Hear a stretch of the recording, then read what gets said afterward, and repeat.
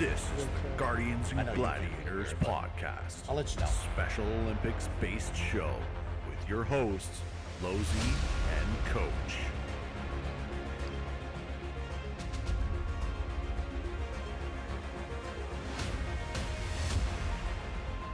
And welcome to Guardians and Gladiators. Today, my name is Losey, and always with me is my good friend Coach.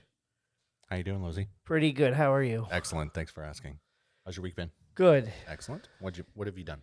Not too much. Not just too much. working. Just working. That time of year again where the restaurants are getting packed. Mm-hmm. The hotel that, or the, what is it? The Idlewild Inn. Idlewood Inn. Yeah. Yeah. So you're getting busy with, what is it? Christmas parties now? Christmas parties and gatherings. Yeah. Excellent. Excellent. Well, we have a special guest in studio today. Do you want to do the introductions? Introductions.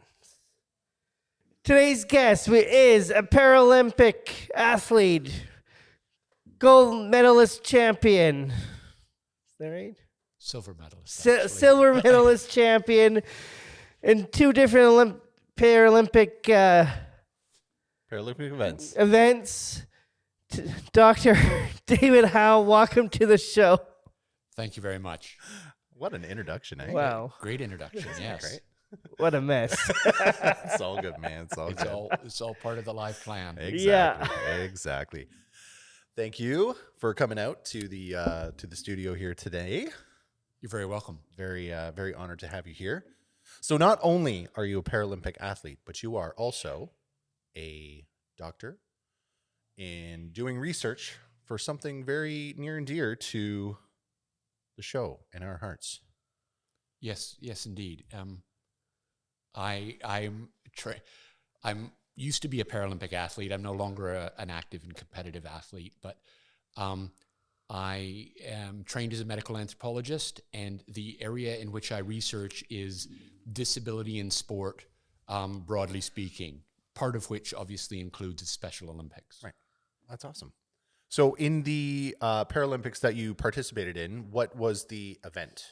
I was a track and field middle distance runner, and both of my good races, I guess, in 1988 and 1992 were over 5,000 meters. Oh, wow. Cow, that's middle distance? That's how I define it, yes. From 800 meters to 5,000 meters is middle distance, because you've got 10,000 in marathon that are long distance, obviously. Wow. Yeah, I remember in elementary school, long distance was 800 meters. Yeah. Yes, I suppose it was. Well, good for you. That's quite a feat. Yeah, and I think the 88 was Belgium? 88 was Seoul, Korea. So we were... big thing for Canadians. We flew into Korea after the whole Ben Johnson scandal, and one of the first things that all the athletes did was get their picture taken in the lane that Ben had been in 1988 when he disgraced himself. I don't think he disgraced Canada. He disgraced himself. Absolutely. Yeah, we'll go for Let's definitely keep go with that way. Absolutely. That's cool though. I mean, neat that that you were able to do that. Yeah. Out of the two, what was probably the more special one? The more special one was definitely Barcelona, because my family was, most of my family was able to be in the stands, and so to share the moment with them was really quite special. Nice. That's cool. Yeah. All right. Well, before we go any further with the questions, and we definitely do want to delve more into that a little bit, the dad joke of the day. I had to look this one up really quick because I was like, oh, shoot. I don't have one prepared. Uh-oh. So I have a sort of a research-ish one. It's not directly in your field, but what do you call an accountant for the biology department? What is that? I have no idea. A biologist. Because he buys stuff. Very good. Very good. I warned you. And that was the joke of the day. The dad joke of the day. So, well, again, thanks for coming out. You were referred to us by Rick Walker. Okay. I believe. Yes. He's a good, guest generator for us. I don't know if you're familiar with him or not, but he's one of the long-standing volunteers in the Special Olympics. Yeah. Not sure how we got your name. He may have got it from, I was recently at their general meeting in Toronto, and I spoke there about my research. Oh, Probably. And the call from you, or the email from you, came shortly thereafter. So Yeah. it was some Special Olympics connection, and the position that I hold at Western actually is funded by Special Olympics Canada and chapters across the country. It's the Frank Hayden Endowed Chair Yes. in Sport and Social Impact. Okay. And so the sport that I focus on is disability sport. Doing some research on Special Olympics, but continuing with Paralympic research, and even have student doing starting research into the Deaf Olympics as well. Okay. So it's right across the disability sports space. Sure. And obviously, I mean, it's probably a loaded question, but what made you pursue that research? Well, I didn't focus on disability sport for my PhD. My PhD was looking at the professionalization of sports medicine. And the reason that I didn't focus on disability sport is because I was still a competing athlete while I did my PhD. Okay. So I didn't want to just be consumed with looking at disability sport. Sure. But once I finished and I'd published a few things related to my PhD, I knew that I'm in a very privileged position, being somebody with who experiences disability, who also has the sort of the academic capital in order to explore these topics. I thought it was really, really important because there hadn't been many people working in the field that actually had firsthand experience of disability. True. And so I thought that might be an added edge, or it might give me an insight that others wouldn't have. Good. Cool. So what does your research contain? Well, it contains a lot of background reading. So I'm fairly new to researching in the Special Olympics space, issues around intellectual and developmental disability. So I spent a good year just reading up on what other people had done in the area. Okay. So that you get a background of what's gone before. And then it's the question of figuring out what sort of questions are interesting for me and might be interesting for the Special Olympics community. And one of the real fiddles is that you go to Special Olympics events and athletes and their parents and so on, they talk glowingly about the Special Olympics. One of the difficulties is to find the people that aren't involved with the Special Olympics and ask them why they're not. Right. It's if you go to the tribe that you're exploring, it becomes a self-fulfilling prophecy. Most people think what's going on is pretty good. It can be changed and altered in some way. But what about those people that have IDD and parents of children with IDD that don't engage in the Special Olympics community? Right. And that's a real fiddle as to how to talk to those people. Right. I can talk to you. I can talk to the people in and around London. I can, I've been numerous places all over Ontario so far. But what I can't, accessing the people that decide not to engage in the Special Olympics is as important, I believe, as the people that do. Right. So you can, because I want the research ultimately to help the movement. Yep. And so we need to know why certain people are not engaging with it. Okay. So that's kind of the end goal. Like the end result of the research is I'm gathering sort of like putting your child or somebody with an intellectual disability into sport will increase.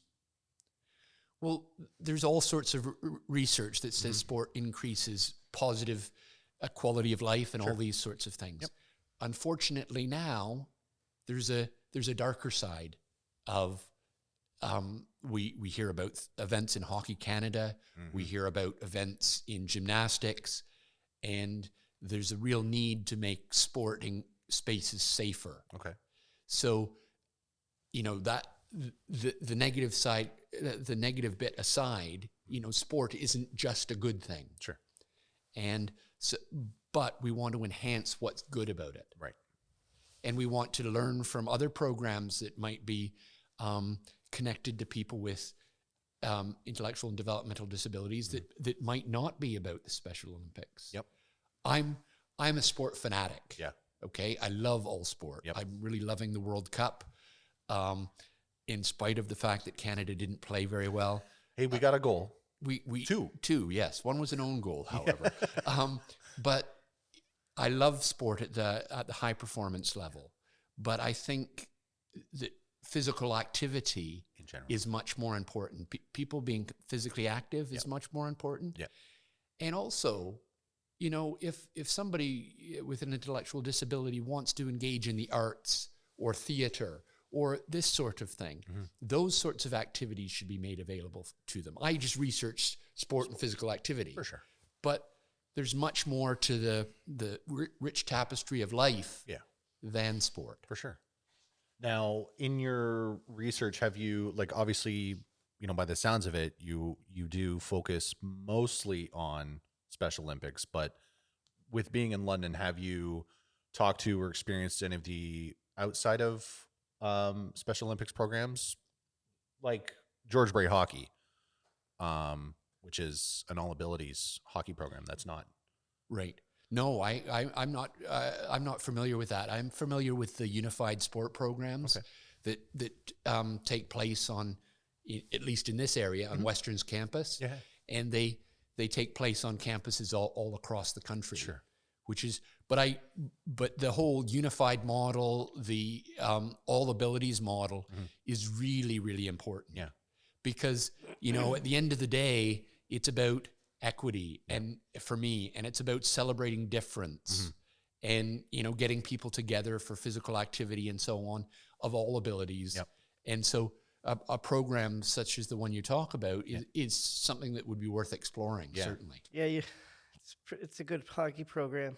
Yeah, because Chris started in it. Yeah, I played in it. My daughter has now started in it. Yeah. And where is that? Is that based locally? Yeah, at Kinsman's Arena. Yeah. Okay. Yeah, Kinsman Arena, just a hop, skip, and a jump from Western there. Right. Yeah. They play there every Saturdays. Saturday, right? Yep. We had the president, Murray, right? President Murray, he was on. Great guy to talk to. So if you do get a chance, we could probably put you in touch too. Yeah. I mean, That would be great. yeah, he's a fantastic guy. He's more than willing to talk about George Bray because he wants to get, obviously, more people.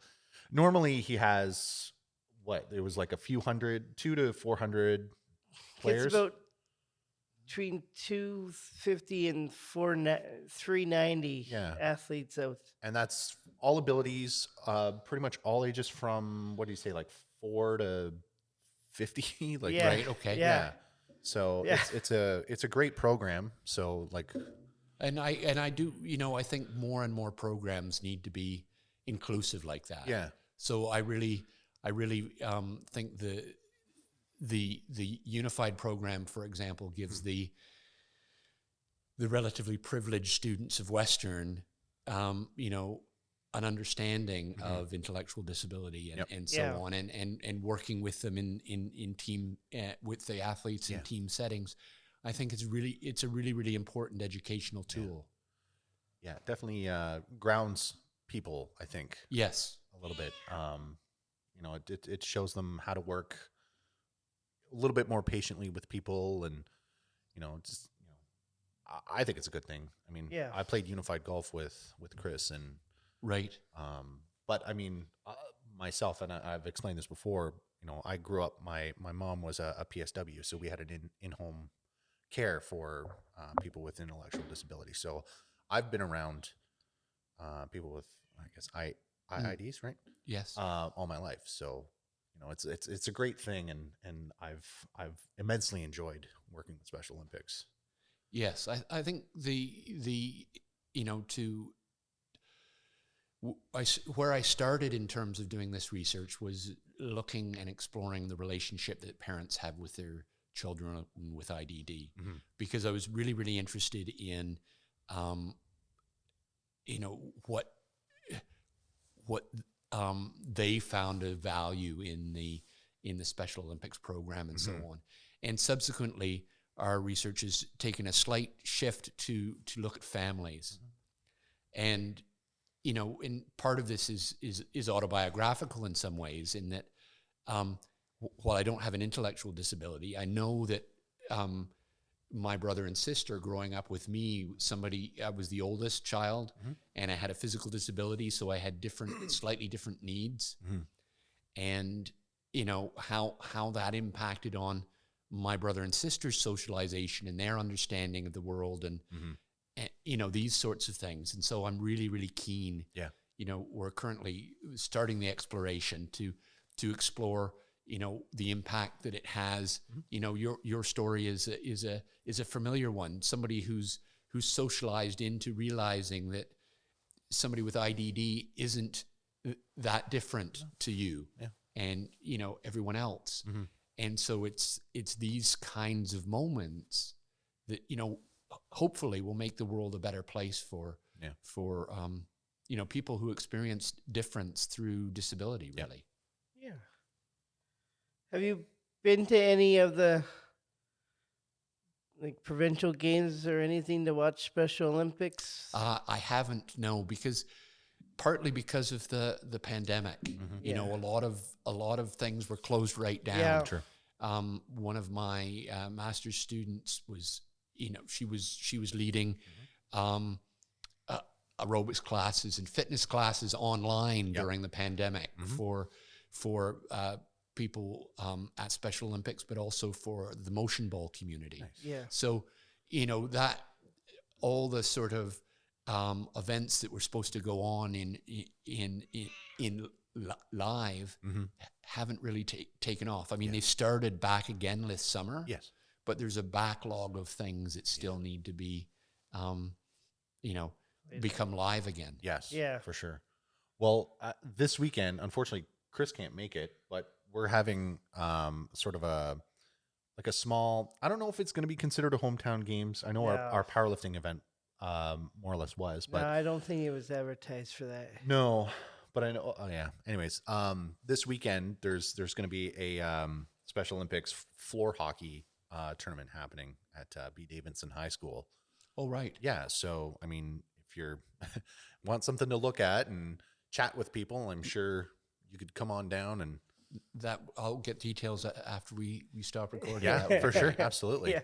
Yeah. Because last weekend, my powerlifting team, we had like a hometown games competition, and it's the first competition that the powerlifting athletes have had, obviously, since before the pandemic, and they were just over the world just to see everybody again and get into that competition spirit. And I did like a little highlight video of after it, and you know, some of the parents and some of the relatives that couldn't make it from out of town were commenting on it, and they're just like, "Oh, this is so amazing," because some of them, it's been their first competition.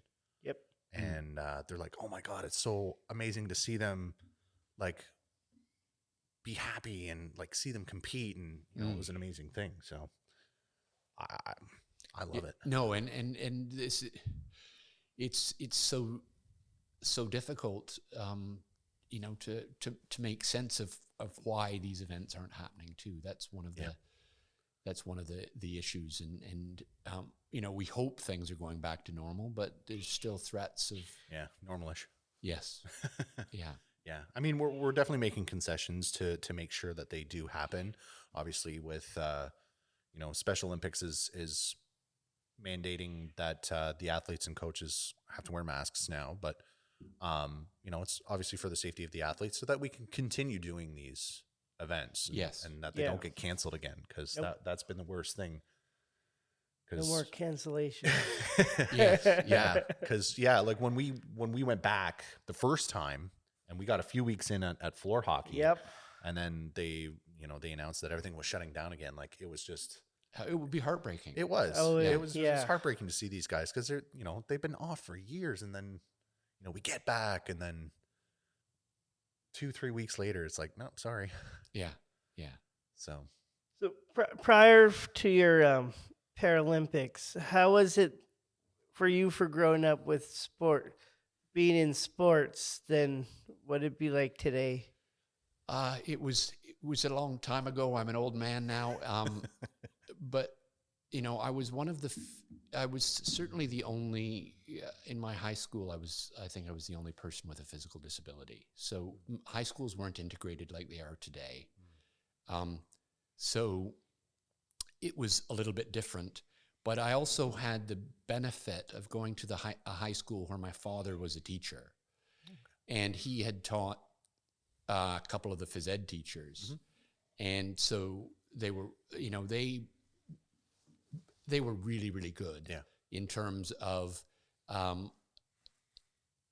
giving me grades in physical education that were based on what my body could do, rather than what the normal body could do, which makes sense. And but the problems still existed. So, the selecting teams in gym class, the two best athletes pick the teams, obviously, and at least initially, particularly in grade 9 when I was first there, I was always picked last.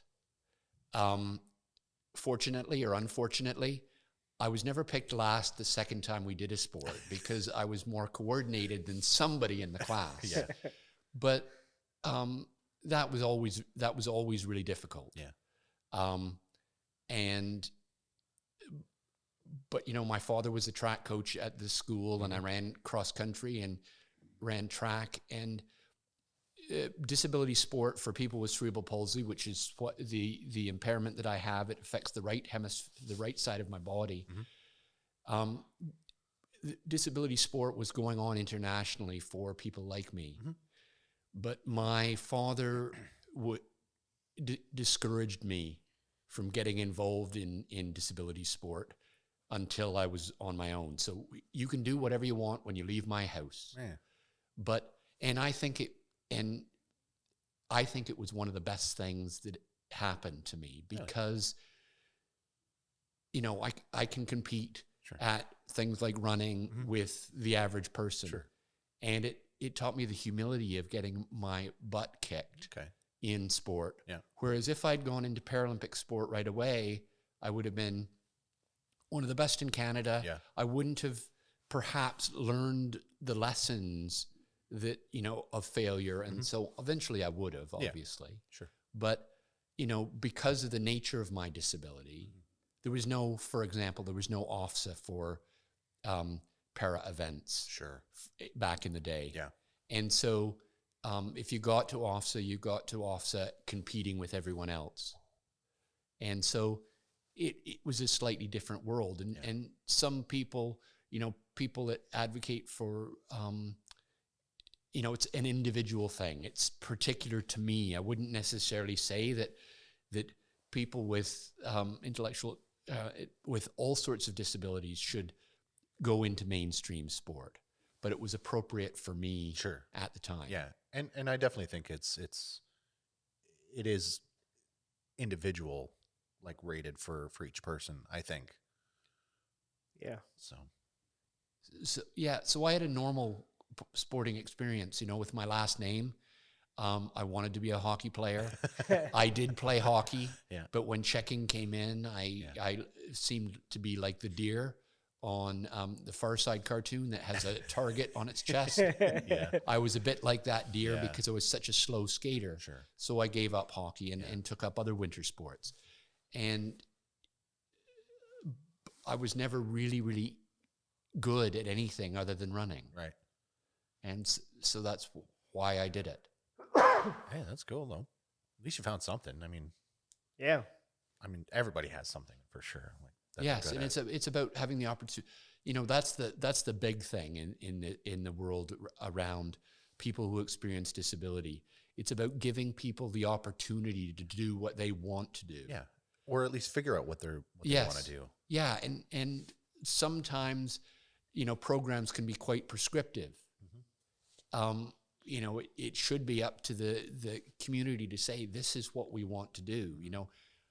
I know for a fact that in Brazil, they don't have an ice hockey team like you do. Yeah. Because, it's culturally not appropriate. But I bet you they have lots of soccer teams. Yeah. And things like that. And I think it's really, really important that the opportunities that people have, they be driven by the athletes rather than what's easiest for the programs and things like that. For sure. Yeah, give them the choice. Yes. And if they don't like it, they don't like it. Yeah. That's the nice thing about Special Olympics, especially here anyways, because there's like 40 different sports that an athlete can choose from. And if they don't like something, try something else. Yes. Yeah, it's great. I'm sure there's going to be something that they're going to like. I was going to ask you something, but I completely forgot what it was. Prove the same question I was. It was going along those lines, that's for sure. Oh heck, I don't remember at all. Wow. Huh. This Dr. Frank J. Hayden Endowed Chair in Sport. What's that? Did you actually get a chance to meet Dr. Hayden? I have met him on a number of occasions, and he's a delightful chap. Yeah. His research was in sport pedagogy, physical education, and these sorts of things, and he did the early research to show that physical activity was important for people with intellectual and developmental disabilities. Yeah.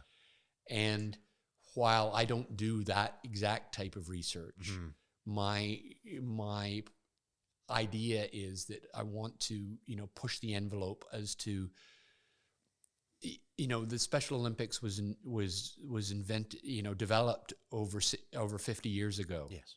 And it needs to remain current to what's going on in society today and so on, and meet the needs of the athletes and the parents and families and so on and so forth. And I think it's really, really important that we get the voices of the athletes, the voices of the parents, to find out, what they're interested in and so on. And doing the sort of semi-structured interviews, observations of events, and all these sorts of things is a way to gather that data, to get a sense of, what the culture is. Yeah. And again, the voices of people that aren't involved in the Special Olympics are just as important, because we want to know why. Yeah. We know that there are more people with intellectual and developmental disabilities than are engaged in the Special Olympics. Yeah. So why isn't there more involvement? Yeah. And maybe it's because there's theater groups and choirs and all sorts of different arts activities that are out there. If that's the case, that's fine. Yeah. But what I don't want to see is I don't want to find that people who experience disability are staying at home and just doing nothing. Yeah. And that's actually what my question was, now that I remember.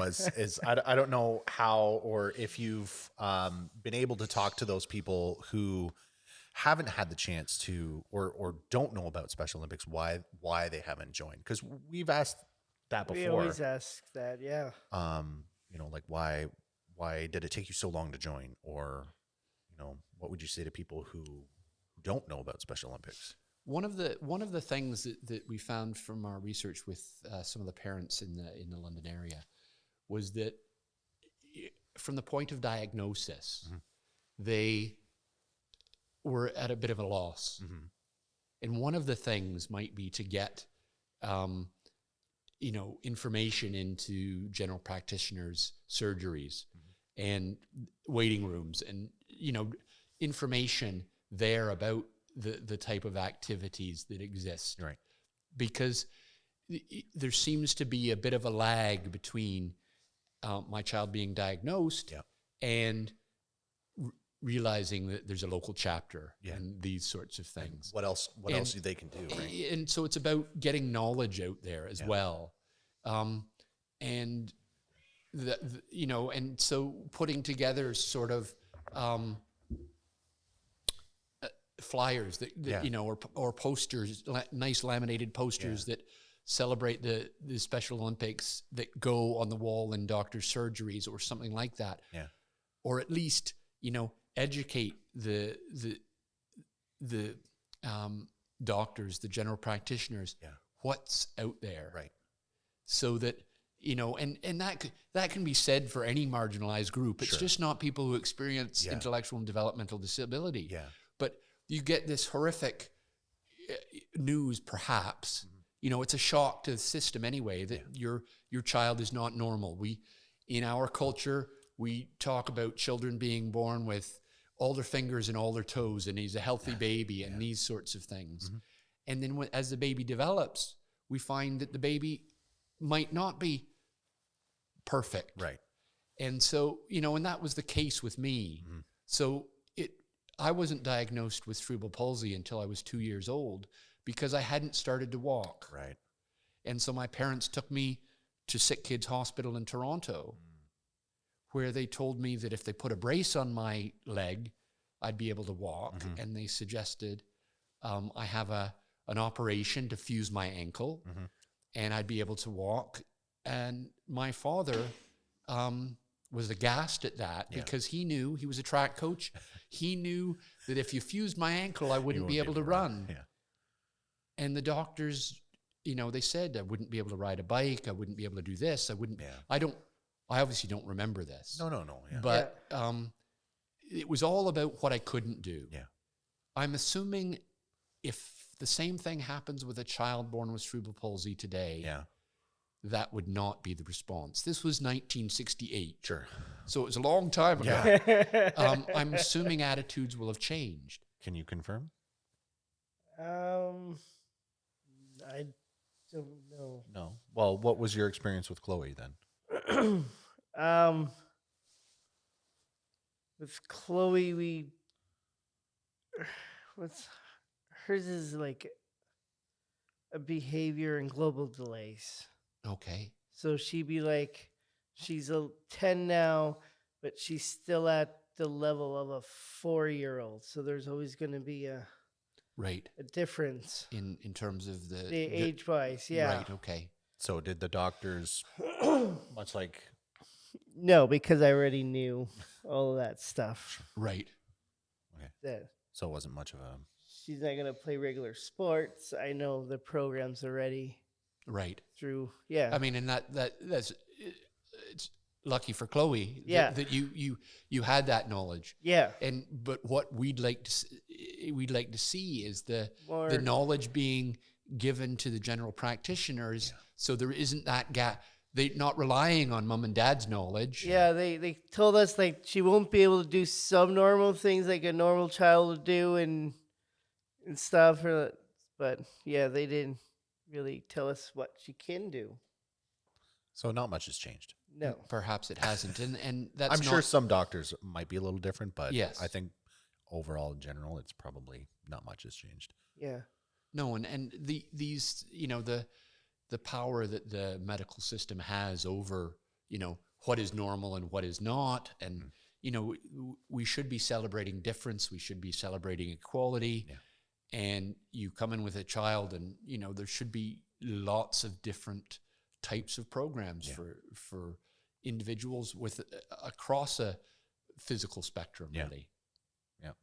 And Special Olympics does offer that. Like they have TOTS programs. Yes. But I completely understand and agree. Like, like we as coaches were taught to say that the generic side of sports, like they should know what is available and not be so like Debbie Downers about somebody's child. No, and the programs that the Special Olympics offers are wonderful, but it's about the gap between getting the diagnosis and then finding out about those programs. Oh, 100%. Yeah. And if there's frustration, I guess a parent now would go, you know, they get home, they get a diagnosis, they go onto the internet, you know, What can my child do? Yes, exactly. Yeah. And you know what? Murray from George Bray has the exact same problem. Like he knows that there's, you know, tons of kids in the school programs that could benefit from being in a sport program like George Bray or Special Olympics. But the school board is very uptight. Yeah. About how they were very not forthcoming with providing information on at least how many kids are in it. Like they wouldn't even provide him the opportunity to give the information to the teachers, to each of the schools to say, hey, this program is out there for all of these kids who. And was that for insurance purposes? I mean, we don't know. He was never given any real explanation. In a world where like he's been trying to liability, do it for, I mean, I don't know what's the fear. I don't know. I have no idea. They never gave him any kind of explanation. It was just sort of shut the door, and it's never really been open for him. That's really unfortunate. Yeah, because he's gone to the board umpteen times. So many times. Yeah. And they in a world, Canada was one of the first countries to sign the UN Declaration on the Rights for Individuals with Disabilities, and that came into effect in 2008. And it's about access to buildings, all these sorts of things. It's really, really important. But it's all, what is it? Section 30 of that declaration talks about the access to sport and recreation. Yeah. And so, if somebody's running a program, if somebody's enthusiastic about the program, it's really disheartening to hear that the school board might be blocking access of others to that program. Yeah. And he's invited, school trustees and board members like from the board to come out and watch the players play, and they never come. Like they never take the invitation, which is a shame, because when we were talking to him, you can tell how much like the program means to him, and how happy it makes him to see these athletes do it. Like he's been president since, when did he say, 1970? 78, yeah, 75. Right. Now I do hope that's fantastic. And a lot of these programs are run by charismatic individuals, and it becomes their life's work and so on. And that's fantastic. Yeah. But I hope there is a succession plan so that, do you understand that he's training the younger generation to take over? I would hope so. Because that's really important, because you don't want a program like that to just go away when he decides to step away or passes away. Yeah. Because we asked him like how long he plans on doing it, and he's pretty much he's there for life. He's there right, for life. Yes. And yeah, like you're absolutely right. Like I wouldn't want to see that program go away, considering how long, like it's been around basically as long as Special Olympics has been. Yep. I think a year longer. Yeah. And just to see, 400 athletes that have had hockey their entire life just disappear would just be terrible. Yes. So. Yeah. Yeah. And so, I would cry. Yeah, I bet you would. No. And so it's important in these organizations, and it's difficult because, somebody to volunteer in an environment like this for so long, it becomes life consuming, and it's hard to find somebody else that's going to want to have their life consumed by it as well. Sort of deputies, if you will. If you think of the Old West, where you've got the sheriff and you've got a couple of deputies, that's the sort of, so that these programs are sustainable beyond the lifetime of the initial charismatic individual. Yeah. Because that's what I find too. Like at least with the London chapter, I'd probably say half of the people that are involved have been there a long time. Yep. Like as long as we've been alive. and Some longer. some longer. And a majority of them are parents of athletes. Now, not all of them are, like Bill's not, No. and I don't think Dennis is, Nope. but there's a good chunk of the people involved are athletes' parents. Yep. Now, I've only been involved with Special Olympics now for about 2 years, and I've been noticing that there are newer, like younger people around my age, some a little younger, that are starting to get involved, and they have no, like, they're just involved in it. No, no relatives, no nothing. So in that regard, it's good.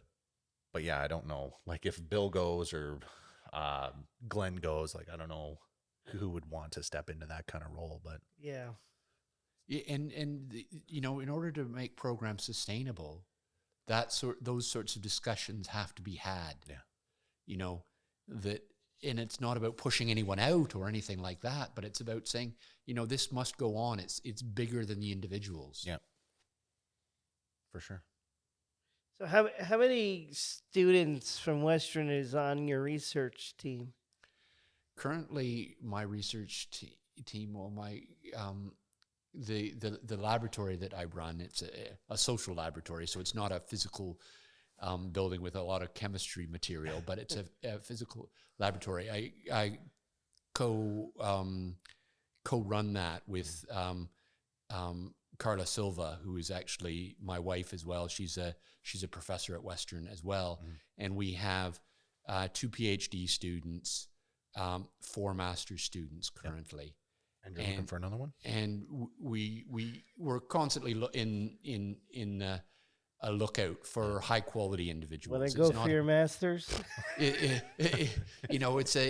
We're constantly on the lookout for people who share our passion, really. Yeah. Because disability sport is a niche area in the social cultural study of sport. Sure. And so you need to have a real passion for the area and want to give voice to a marginalized section of the community. Yeah. And even now, like, we find that, we're a little bit more understanding of intellectual disabilities, but, there's still a lot that a lot of people don't know, or they're just afraid to learn, or I'm not really sure. Well, I believe there is a slightly greater stigma associated with intellectual disability because there's a greater stigma associated with mental health, and the line between the two can be, is sometimes it's a little bit, is blurred. Yeah, it is now for sure. And I think that we seem to as a society we seem to think about really embracing health care for people with physical ailments, but we're way behind the curve in terms of what could be done in terms of mental health and so on. And I think because intellectual disability falls in the sort of mental realm, sometimes they're conjoined, mental health and intellectual disability, and I think that's problematic. Yeah. And I don't know how to unpack that really, other than mental health is getting more. There is society seems to be realizing that mental health is an issue. Yes. Much more so than 20 years ago. Yeah, for sure. Absolutely. Yeah, it's not, it's still stigmatized, but it is becoming a little bit more, I don't want to say mainstream, but like it's coming out of the dark, and, it's not really that scary of a thing. No, it shouldn't be. It should never have been. Yeah.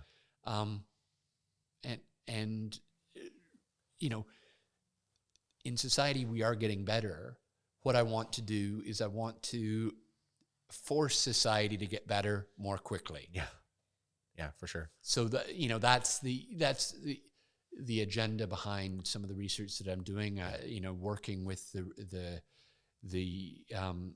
Tom Davies at Special Olympics Canada. He's the research officer. Okay. Trying to get people, academics to do research projects on the Special Olympics in various guises and so on is really, really important. That's cool. That's cool.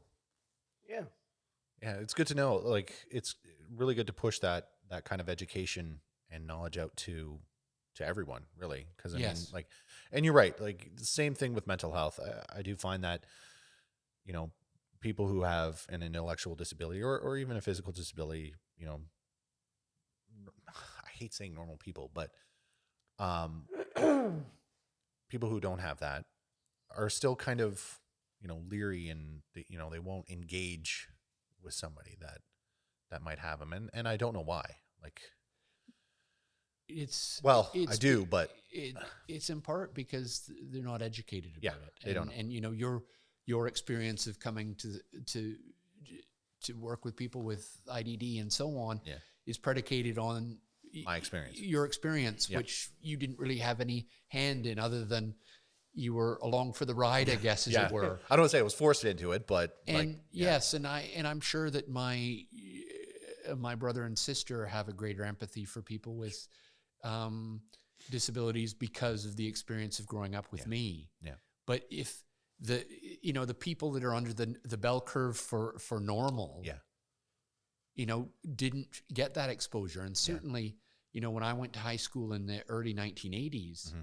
There was nobody in my high school. Now high schools are more inclusive. Yeah, they're more inclusive, but they're also exclusionary. So sometimes the students are all in one space rather than being in their age-specific classrooms and so on. Yeah, that's how it was in my high school. But it's getting better. Yeah.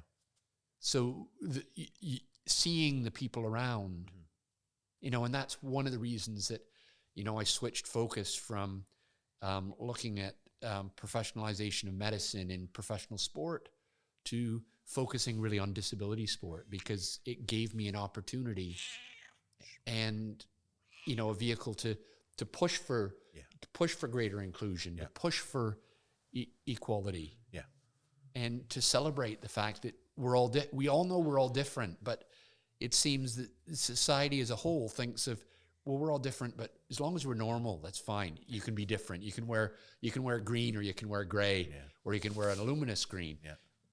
That's different enough. Yeah. But what we need to encourage is, difference in physical movement and so on. Yeah. And one of the ways we do that is that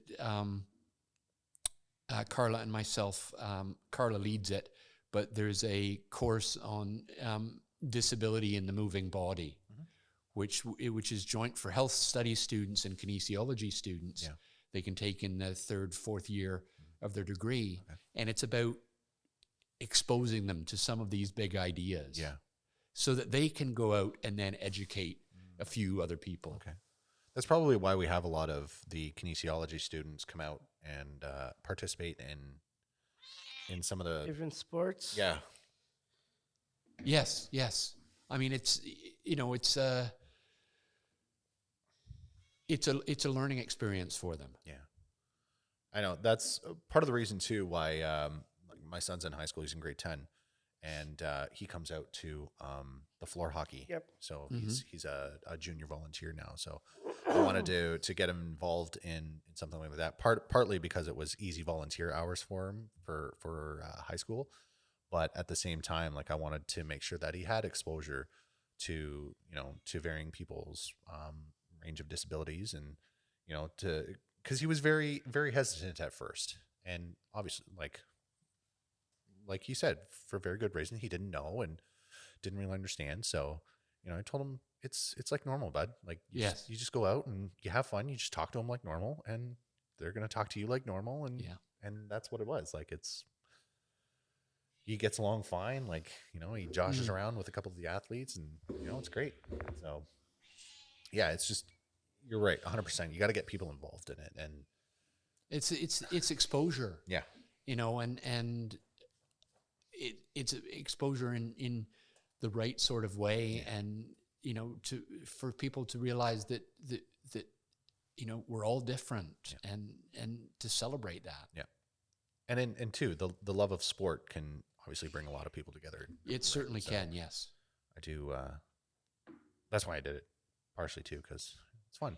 Yeah. Growing up with your disability, with your brothers and sisters, was there like a difference in, like, would they go, oh, David gets more than us because he has disabilities, or was there? I'm not entirely sure.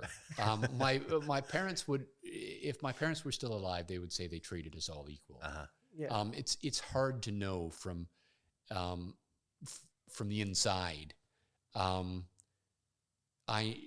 do know that, you know, my brother and sister, you know, we treat each other the same way.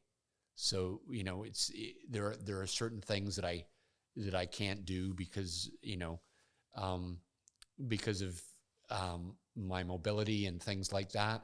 But that never stopped us from just doing everything together. And you know, I was extremely fortunate to have the brother and sister that I had. Maybe I mean, I was charmed to have the parents that I had. You know, they resisted sending me to a special school for one thing. Yeah. And not that there's anything wrong with special schools, but the socialization that I received, you know, I wouldn't have been as teased as much as I was at high school and elementary school if I'd gone to special schools. But I also wouldn't have learned, you know, my father was very, very vocal about this being an able-bodied world. Yeah. And that you've got to fit into it as best you can. And, you know, some might see that as tough love. I don't know how people relate to that today, but I can see that being a little harsh, but again, like, yeah, you know, I see where he's going with it. You know, you definitely there's, you know, people are not going to, you're not going to, his view was that you've got to just go with it. Yeah. And, you know, I know that a lot of people get teased at high school. I got teased because of my physical disability. Maybe I was also a bit of a twit or an idiot at school or whatever it might be. Yeah. But, you know, it shaped who I am. And it's all a product of how I got to be an endowed professor at Western. Yeah. You know, if I'd been exposed to special schools, I may not have made that transition like I have. Or my path would have certainly been slightly different, at least. Well, it probably would have been more of a huge shock going from that special school and, you know, being a relatively able-bodied person, and then you go into the real world, and then it would be, you know, you weren't ready for that. Perhaps, yes. I mean, you never know. But. No, and I think that you know, with parents, and I know there's, if you go to Indigo or wherever you buy your books, you can find loads and loads of books on parenting. Yeah. There certainly weren't books on parenting that many when my parents were raising myself and my brother and my sister. Mm-hmm. And so they just, you know, they went with their gut. Yeah. And, you know, I'm really, really fortunate in that, you know, I still get along really well with my brother and sister, and they're great people. And yeah. Whenever any new parents of like my age, they're asking like, "Oh, what books did you read?" And I'm like, "None." That's the worst thing you can do. Yes, just read a book. But no, that's good. I mean, it does sound like obviously your parents were very, you know, I don't know how to say this, but they were looking out for you, obviously. But yeah, but they were also, there's no place to hide. Yeah, and being realistic. Yeah, really. Yeah, and that's good too. And you know, I think I was charmed because of that. Mm-hmm. You know, because the way they did it made me who I am today. So if they had done it a different way, if I'd gone to a special school, I may not be here talking to you today, but I might be doing something else, and I might, you know, I don't know. Really, yeah, you know, you don't know. You know, it's like the film 20 years ago, something like that, with Gwyneth Paltrow called Sliding Doors. Mm-hmm. She makes the subway train on one sequence in the film. She doesn't make the subway train on another sequence in the film, and it changes her life. Mm-hmm. And if you think about life like that, so, you know, I'm interacting with you guys for the first time today, and, you know, it's going to change each of our lives in a small way because of the interaction and the interaction that we have with everyone that we meet on a daily basis. Yep.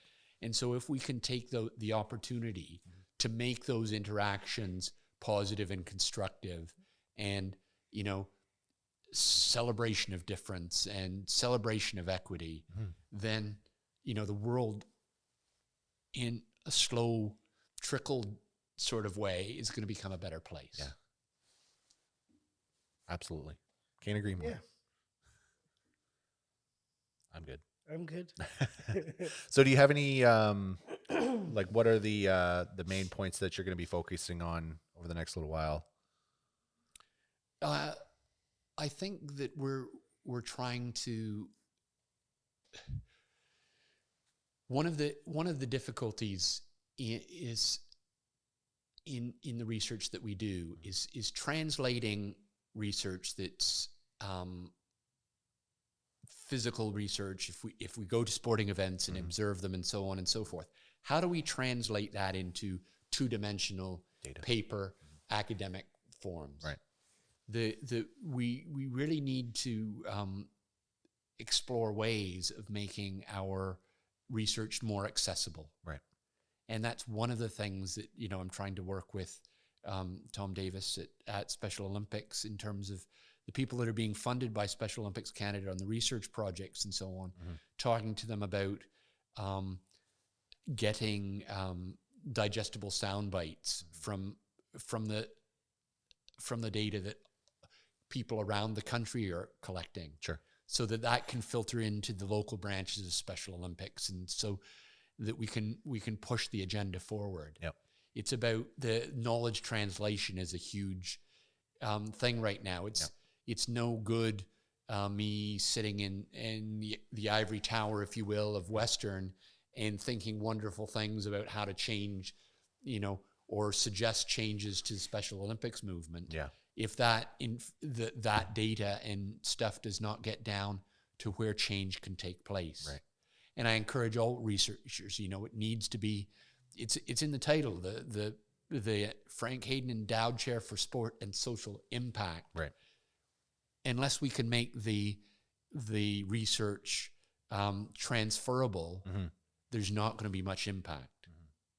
So I know, obviously you're focusing a lot of the research here around London and Ontario. Do you have any kind of partners or communications with branches outside of Ontario or London? The current research is with Special Olympics Ontario. Okay. But in the future we hope to expand and look across the country and even I'm in talks with people in the US and the UK and looking at global comparative stuff. So what are you doing in Britain that we might learn from, and what are we doing that you might learn from, and these kinds of knowledge exchanges. Yeah. Because I think it's really, and Special Olympics International, is starting to think more globally about the research agenda for Special Olympics, and that will give a comparative opportunities. That's cool. I never realized that that was something that was being done. So Yeah, me either. that's really neat. That's really cool. Yeah. Do appreciate the work that you're doing.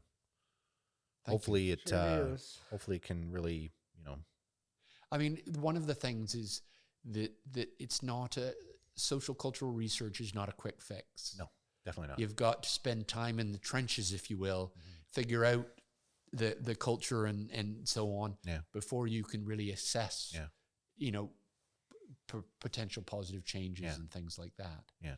And so it's slightly different than lab-based research where you can run athletes through a battery of tests and say, well, if these athletes went through these tests, they become physically more competent, then we should get more athletes to do the same thing. Yeah. That is useful research. Yeah.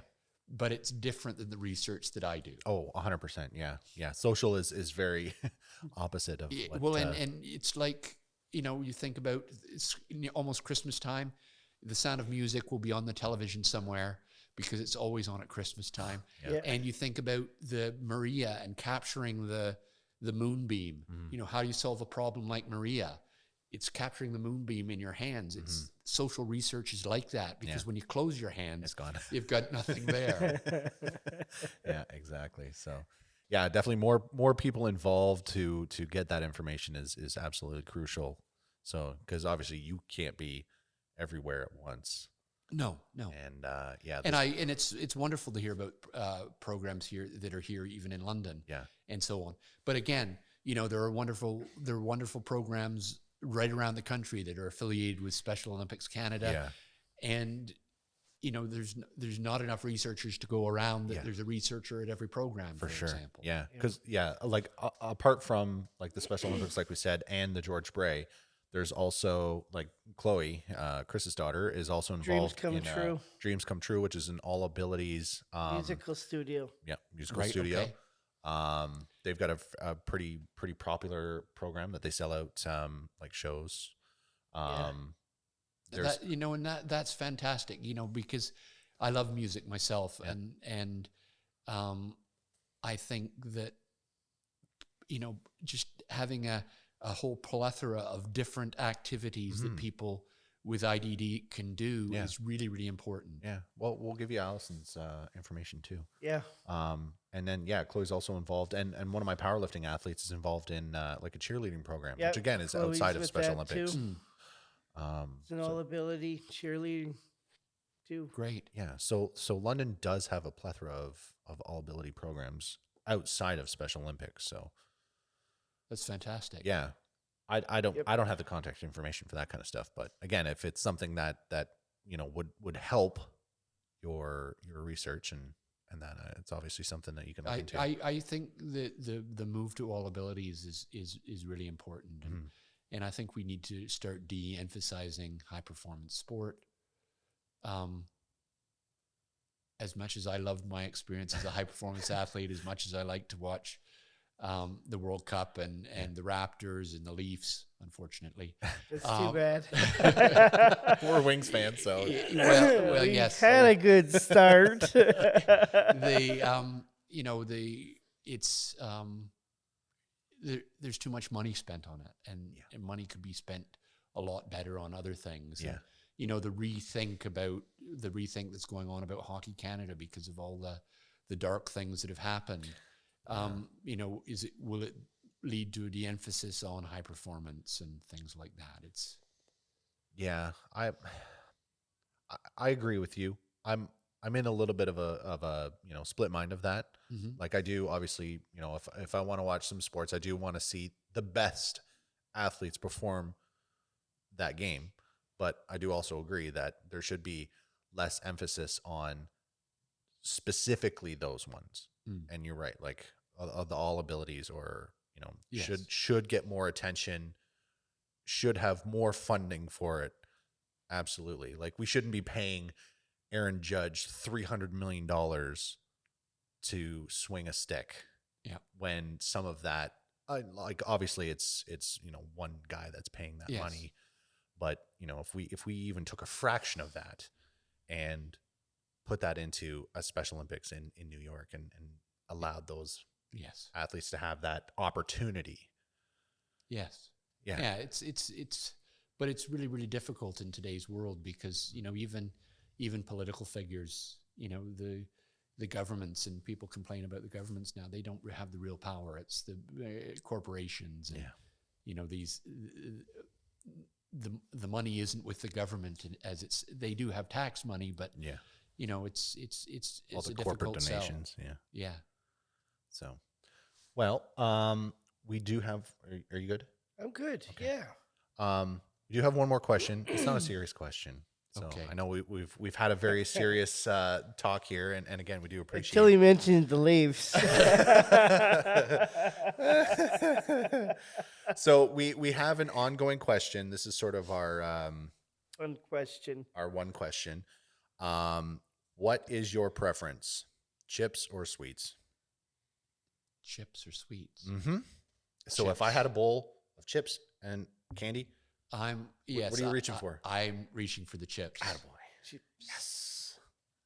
Chips Right. Okay. I'm a savory sort of guy. Excellent. Basically. Excellent. Good choice.